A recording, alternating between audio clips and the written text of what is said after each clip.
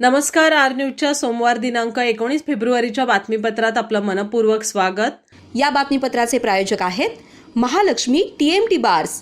नाते अविरत जुळते आणि प्रत्येकाच्या मनातील चव जपणारे महालक्ष्मी सुरेश मसाले. आजच्या बातमीपत्रात प्रथम पाहूयात गल्लीपासून ते दिल्लीपर्यंतच्या ताज्या घडामोडींचा धावता आढावा आणि स्थानिक बातम्यांमध्ये पाहूयात गडिंग्लज उपविभागात शिवजयंती सोहळा उत्साहात. विविध ठिकाणी करण्यात आलं छत्रपती शिवाजी महाराजांच्या प्रतिमेचं पूजन. सायंकाळी होणाऱ्या रथोत्सवात अनेक शाळा संस्थांचा राहणार सहभाग.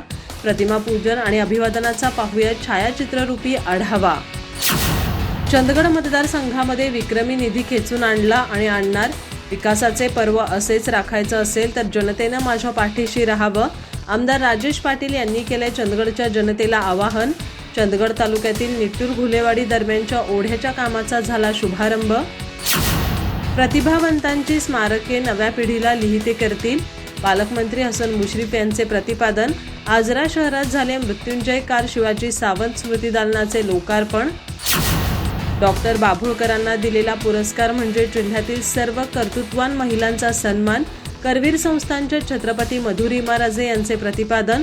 विद्याप्रसारक मंडळ आणि जागृती हायस्कूल माजी विद्यार्थी संघटना यांच्या वतीनं रत्नमाला घाळी नारीशक्ती पुरस्कार प्रदान.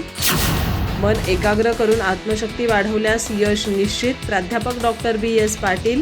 13 ते 21 वयोगटातील झंझावती काळ संयमाने निभावणं गरजेचं. BD विद्यालय आणि ज्युनियर कॉलेजमध्ये परीक्षेला सामोरे जाताना या विषयावर झाली कार्यशाळा.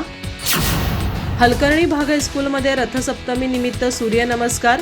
सूर्यदेवतेप्रती कृतज्ञता व्यक्त करण्यासाठी करण्यात आलं कार्यक्रमाचं आयोजन. सोने, चांदी आणि हिऱ्यांच्या दागिन्यांचे प्रदर्शन आणि विक्रीला मिळतोय ग्राहकांचा उत्स्फूर्त प्रतिसाद. कोल्हापुरातील सुप्रसिद्ध वामन हरिपेठे ज्वेलर्सकडून करण्यात आलंय आयोजन.